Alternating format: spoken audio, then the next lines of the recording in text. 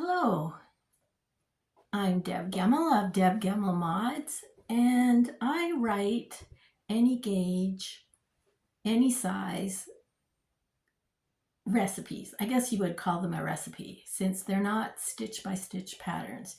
You have to do the math to figure out what your stitches per inch is, and then we do the rest of the sweater by inches. So this is one of them. This is the family crew neck, which I have been working on for a little while, and this is the one I knit myself last year. And the beauty of a basic structure like this is that you can decorate it however you like. So I did a twisted stitch pattern down the front, and I also did it on the sleeves, which was fun, kind of fun.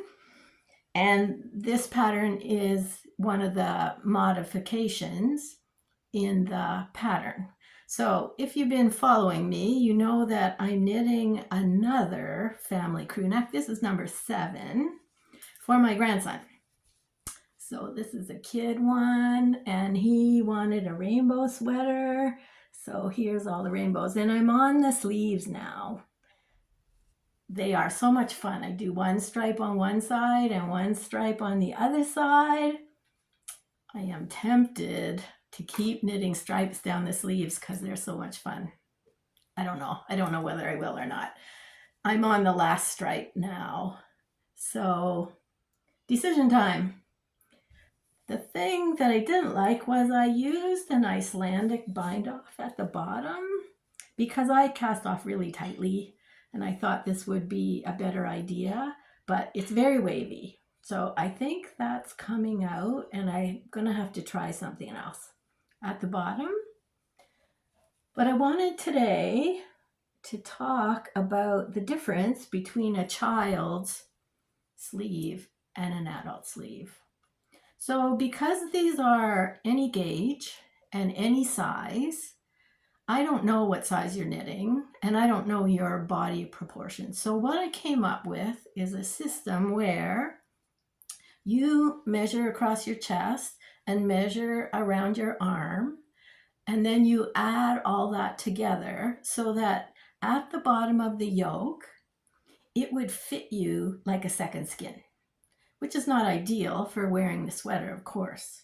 And then what we're going to do is cast on the amount of ease you want underneath the arm. I talked to a lot of people, a lot of women, and said, why aren't you knitting sweaters for yourself? And they said the sleeves don't fit. So for children, I gave you finish measurements because at the underarm, we don't have to cast on anything. We're just going to go with finish measurements of the body and of the arm. So in the adults, though, we're going to go with your actual tape measurements. And you're going to knit to the bottom of the yoke so that it would fit you as a second skin. And then you have to separate your sleeves out. So with your gauge, you figure out how many stitches you need for the actual size of your sleeve. And then that's your actual arm measurement because we're going to add the ease on underneath the arm. That means that you're only going to use the raglan lines. I'm going to use this sweater because it's quite obvious what I'm talking about. The raglan lines here as a guide only for where your sleeve is. So we're going to go to the middle of the sleeve and we're going to put half of your sleeve stitches on string and the other half. Counting from here, counting from here. So your sleeve on the spare yarn may or may not match up with the raglan lines. In this is the 6x6 cardigan, which has a very square neck, and it has a really wide shoulder at the top, 6 inches, which means that your sleeve is going to be inside. Oh, I've been wearing this. Here, let me show you the other one. Maybe it's neater. Okay, there, little bit of pillings underneath. Okay, so here's the underarm. Here's the sleeve. Here's the underarm. So you can see that the sleeve starts here and the raglan line is here. So that means that all of these stitches belong to the body because we made the bottom of the yoke so that it would go around your chest and around your arms. If you were knitting the yoke, you should be able to pinch it like this, and it should fit exactly. And then we're going to cast on the comfort ease underneath the arm. So the raglan lines are only a guide for where to put your sleeve. I hope that's clear. Because that solves the problem of if your bust and your arms are in the proportion that sleeves, like that body and sleeve size charts give you. And if you're not, then that's a bit of a problem. And I always need my sleeves to be a tiny bit bigger. And so this takes care of that. Now, the other thing I wanted to mention, if you're knitting this, is that on this sweater, I cast on 3 inches. Can you see where the sleeve is? The sleeve is here and the raglan line is here. So it's a few stitches in. There's my cast on for my body, and I cast on 3 inches underneath the arm because I wanted this to be fairly oversized, like comfortable. Comfortable for me is 6 inches of ease. So I cast on 3 inches here, but the ease I want for my sleeve is 2 inches. So when I go to knit my sleeve, I actually only picked up 2 inches worth of stitches off of the cast on here. So if you've done a raglan top down, this will make more sense. But I only picked up 2 inches worth of stitches. So I actually picked up 2, skipped 1, picked up 2, skipped 1, and that gave me 10 stitches across here in my worsted weight gauge of 5 stitches to the inch, instead of picking up every stitch off the cast on. And that would give me 3 inches of ease, and that's more ease than I wanted on my sleeves. So I just wanted to sort of go over that so that you could see that this is how I've worked out how you can get a better fitting sweater, for better fitting for your bust and better fitting for your sleeve. So here's the raglan lines and there's the sleeve cast on, which was only 2 inches there. But you can see that it's inside. Let me give you a better shot at this. I can fold this up. There you go. There. Is that helpful? There. Okay, so I just wanted to mention that. That's what a system that I've come up with to take care of the disproportion maybe between what your bust measurement is and how much ease you want on your body, and the sleeve size you want, and the corresponding amount of ease you want for your sleeve. The more sweaters you knit for yourself, the more you'll know what those numbers are. I like 2 inches of ease for my sleeves, and I want probably 5 to 6 inches of ease on most of my sweaters.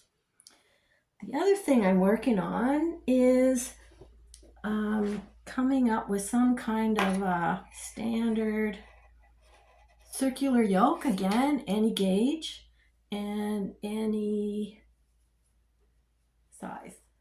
So this is the bottom of the yoke, and I cast on with an I-cord that was going to be 24 inches and now has stretch. So I yeah, I'm going to see how it is, but I can always go and pick up around the I cord here and knit in a little bit, which I'll see when I'm done. Let's see if I can put this on. Hold on. There. Is that the front? This is the front. Okay, yeah. So this is meant to be sort of a springtime sweater. There. There. Yeah. So that's where I am. That's where I am.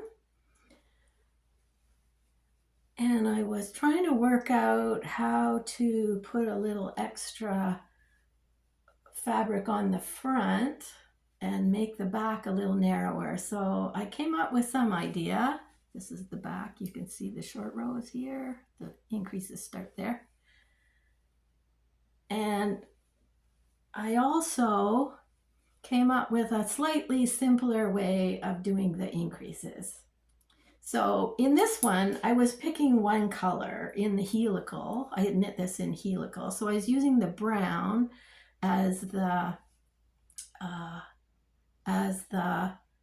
color to do my increases, and you only knit halfway across with each color. So you would be increasing across here, dropping this color, knitting, knitting, and then on the next round increasing. And I thought that it gave a bit of a disjointed set of increases on one of the shoulders. This one, on one of the shoulders, they sort of are offset quite a bit, and it wasn't, you can't see that, but they're offset. They're here and here and here and here. They go kind of in a zigzag, which I wasn't really crazy about. So I decided to start another one. So here's my next one where I'm just going to knit in one round. I am going to knit all the increases irregardless of the color I'm working on. So this is my second one. There's my short rows. There, there. And I am trying to get a little more familiar with plant fibers. I have a little bit of I have a huge gauge problem with plant fibers because I'm a really loose knitter. So I'm going to knit this a little bit open, and this is with Hempton by Hemp for Knitting, Lana Knits, and she's in Nelson, BC. So this is cotton, hemp, and modal. So I'm pretty happy with it, and I think that it's gray and green. Can you see that? Gray and green. A little hard to see, but you can see the striping, which I'm happy with.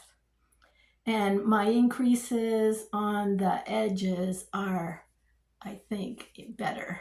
They sort of line up better. Can you see the little holes? So I did an open make one, which I have a short video on. That's an increase that I like. And I like the little holes because then I can keep track. That was 5 rows down, and now I'm going to do my increases. It's just easier to keep track than if I do a closed set of increases. I don't know why this one is so big, but anyway, it is there. So, but I'm happier with it. They seem to line up on the shoulders, and it's easier to work. So I'm increasing 24 stitches every 6 rounds. So I'm gonna keep going on this one. And while I was on the helical kick, I thought I would keep going and knit some helical socks. So here we are. And I mentioned this in my blog post, but I never quite know how the colors are going to come out. I'm always surprised. So I have a dark navy, which I only had 30 some odd grams of, and 50 grams of this. And I don't know how I ended up with 50-gram balls, but there they are, 50 grams of this denim color. And then I had this, and I have no idea where it came from, but I had 40 some odd grams left. So I had obviously used it somewhere else, and I don't know where. So it has like a cinnamon color, and then it has a denim color, and then it has a little bit of white. So to keep it track, I put it in a container, and every time I use one of the colors, I move it to the back so that I rotate the colors through. It helps me keep track. I do find it a little harder to find the yarn I'm going to knit next with the magic loop that I'm using. So this was helpful. It also keeps it untangled for me. So there we are. So this is where I changed colors for the helical, and you can see that there's a tightness, but this will go away, and it's not hard. It's just the tightness that's there. And you can, this was a surprise to me, that the cinnamon into the denim, and then some kind of greenish color, and then the cinnamon again in the denim. I was surprised that it was such a long color change. I wasn't expecting that, but they're kind of cool, aren't they? Yeah. And the second one, I divided my balls in half. So the second one will look a little different than this one. And well, I'm hoping that that's okay. They'd be great for me. They're not for me, they're gifts. So there we are. So helical knitting everywhere. 3 projects going on at the same time. I did this for this one too. So there's the colors I'm using, and you can see that the gray and the green are a little hard to decipher, but that's okay. That's okay. So I had about 6 balls of this color, and the same for this color. So I have lots, and then I only have 2 of this. I probably bought this as a, I don't know, a little kit from Lana at Lana Knits. So I have 2 of these. So this will take me through the yoke for sure. And then I might have to continue with these 2 colors, but we'll see. That's okay. That takes care of a little more yarn from my stash. And it's sort of getting me used to using plant fibers, which as a really loose knitter, I have a harder time. So I'm using the 3.75 millimeter needle, which is what's recommended, but I'm not getting gauge. So mine is a little looser, but I think that will be perfect for a summertime knit. And I'm trying to get some summer knits because I actually at the moment have none. So I'm trying to widen into plant fiber so I can wear some knits in the summertime. So I think a cotton hemp would be perfect. And look at me starting. It's February, I'm starting now. So there's a possibility I might have this finished in the spring when it gets warm. So that's where I am. And I probably have a few other whips that are sitting around, but I didn't collect them. So I am going to work on the sleeves. Whoops, the sleeve of my family crew neck. And that shouldn't take me very long. And I'm going to undo the bottom and try something different. If you have some suggestions, let me know to get a better looking bottom edge on my ribbing. And then I am going to start another circular yoke just for me because I have one in my queue. So here we are. Yeah, so on my way. That'll be done soon. And then I will be working on my circular yokes. So talk to you later. Bye-bye.